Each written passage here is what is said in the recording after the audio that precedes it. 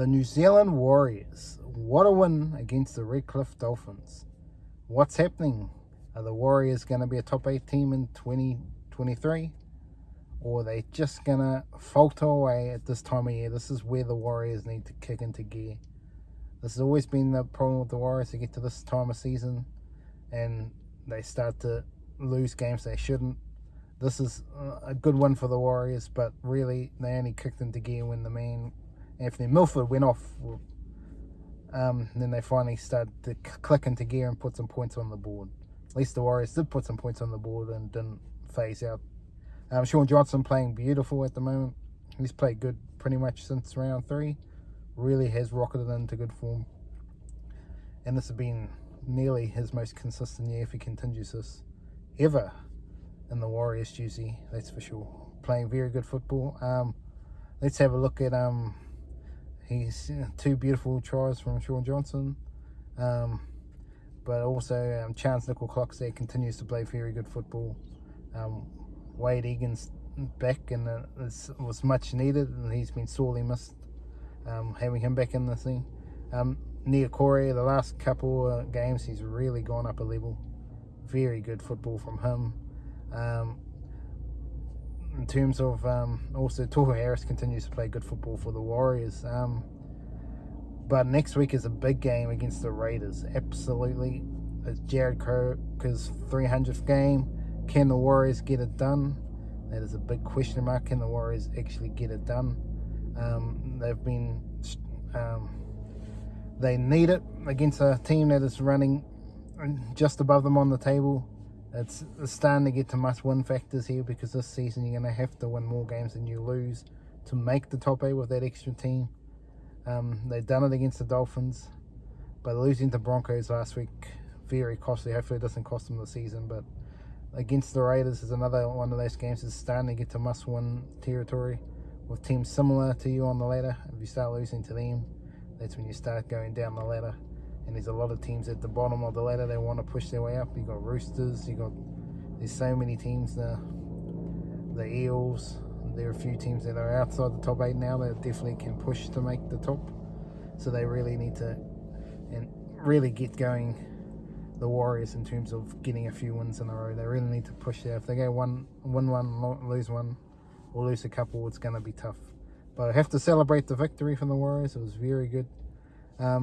Let's just have a look at a review of the players here as we get to pretty much mid-season of the Warriors. What is happening? What needs to improve? Let's have a look at their team sort of individually.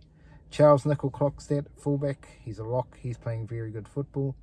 What do you think about him and Sheck? When Sheck comes back, should Roger just go straight back to fullback? All the talk is that maybe that's not the case, but Roger Tuivasa-Sheck is a better player than Nickel-Clockstead, no doubt about that. But where does Nickel-Clockstead? Can he play somewhere else on the footy field and be good enough? And that's going to be the question mark, what they're going to do there next season. Also, let's have a look at number 2 in the team here. We've got Dallin Watene-Selesniak. He's been playing pretty good football of late, but he still has the odd error in him, which is just something that costly, and he can let in a few tries as well. That's my only question mark with him. But he's certainly playing good football at the moment. He'll need to continue that, and probably can improve his defence. Rocco Berry didn't get to play much in the end. He just got back in the team recently, so it'll be interesting to see if he keeps his spot in the team. Adam Pompey, well, he's just been an interesting. He's a little bit of a Manu sort of rocks and diamonds, can turn up and be brilliant, and then be your worst nightmare next. He was just solid last week. But yeah, he needs to get those errors out of his game if he wants to go to the next level. Marcelo Montoya, yeah, he can have a knock on in his game as well. But he definitely is a willing player and playing pretty good football for the Warriors. Number 6, Luke Metcalf. Well, he's got the spot for now. He's not really setting the world on fire, but at least he was there for one of the tries here on the weekend. So Luke Metcalf's going well. Shaun Johnson, well, he's outside of Tohu Harris, he's probably the second most consistent player this season. After it didn't look good to start off with, but he's really just turned the corner. Johnson playing very much a lot better footy. playing the sort of footy he was playing when he was playing at the Sharks in his first season of the Sharks before he got injured. So it'll be interesting to see how that goes into the future of Sean Johnson. Obviously, Sean Johnson basically has to continue to play this way for the Warriors to have any chance of making the top 8 and going any further. But he needs some help from their number 6, who is they going to be? Luke Metcalf. Te Maire Martins should be returning in the next month or so, so he's got to come into calculations again. Does he get back in? Luke Metcalf's got to make the most of it, because I think most people were expecting Luke Metcalf maybe keeping the number 6 jersey. But where does that put Te Maire Martin into the team if he returns? It's going to be another question mark. Well, we're going to have quite a few. You could argue that the Warriors team has a few players that are more like Queensland-like, believe it or not. If you're going to say have a bench of this, Tavaga, Dylan Walker, Te Maire Martin, just have real grindy sort of players on your bench. Josh Curran, I mean, this is where the Warriors possibly need to just look at doing this. Not necessarily razzle dazzle football, but just having those players running those good lines, running hard, tackling hard. Because the Warriors have always been the question mark is whether they can defend right up the middle, and then obviously out wide has been the problem with the Warriors. Looking at the forward pack, Adam Fanua Blake. He's obviously he's been very consistent.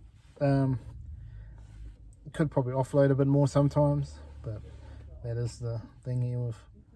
And then you got let's have a look at number 9, Wade Egan. Well, he's been a bit in and out, unfortunately, with head knocks and injuries.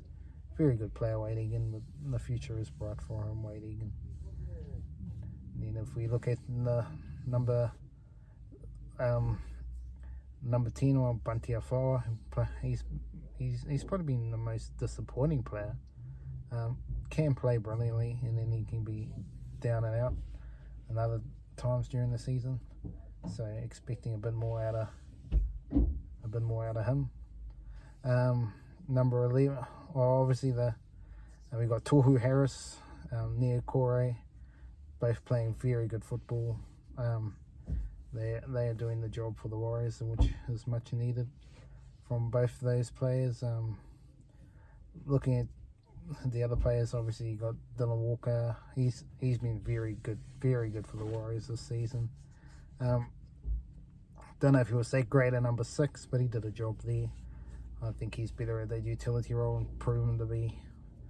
Or if at a pinch, if they want to play him somewhere else, maybe centre would be a better position for Dylan Walker if they were going to change him into a permanent role. Obviously Jazz Tavanga been a bit in and out of the side too with injury. Very good player. I expect a bit more out of him going forward. If we're looking at this, and then Bailey Siren, another one, been in and out of the team as well, but when he plays good football. Mitch Barnett's back. Welcome back, Mitch Barnett, playing very good football when he was out. And hopefully he helps the Warriors really boost up the ladder. He's going to be Josh Curran. He's probably been the most disappointing player this season, to be honest. Hasn't really kicked on from his earlier form with the Warriors. I'm not sure if it's been the move to New Zealand has been the greatest for Josh Curran or not. Just hasn't really lifted up to the next level of his game here. Obviously the Warriors have Tom Ale, obviously another player who has been playing solid footy, nothing outstanding. He probably needs to lift to get to another level if he wants to be a decent Warrior long term. But yeah, for the Warriors, Raiders is a must-win game for me, and they really need to beat the Raiders. The form line is a little bit up and down. Really, yeah, if you want the Warriors to make the top 4, I don't think it's going to happen, to be brutally honest. They're not playing that great a football to say they are a top 4 team, but they're definitely in the hope for the top 8. But as we know, and they have dropped the bundle come season end. They really need to rack up some wins now while they got the opportunity before the Orange and Stars come back. They missed the opportunity to beat the Broncos in a game they really should have won. And just touching on that game against the Broncos, what was very disappointing was obviously the streakers. It's just, well, not really streakers, but people just running on the field willy-nilly. That was an embarrassment on the game. And how bad were the security guards, to be honest? Absolutely couldn't tackle. They were just sidestepping them. But to me, it's really disappointing for all us fans of the game. They were hoping that New Zealand might get the 18th team coming out. But I think after that debacle, I don't think it's going to happen. It was just absolutely shocking. And I think any push for another New Zealand team might have gone out the window with that. That's very disappointing for me. I really think we need to see more from that. But anyway, that's a little bit of a review of the Warriors at the moment, where they're at, where they need to go. I think their attack really needs to... I think they could go up a level in their attack a bit more. They just need a bit more shape, a bit more direction. I think sometimes they go sideways a little bit too much. They go directly up the middle. I think that's the best way the Warriors... With the players they got enough players. If they run direct and hard, they'll score tries all day up the middle. But they seem to just go sideways a little bit too much. They just run hard up the middle. The Warriors will get the victory. Well, thank you for watching the show, and we'll be back with many more. Remember to like and subscribe to the channel. We have plenty more coming up.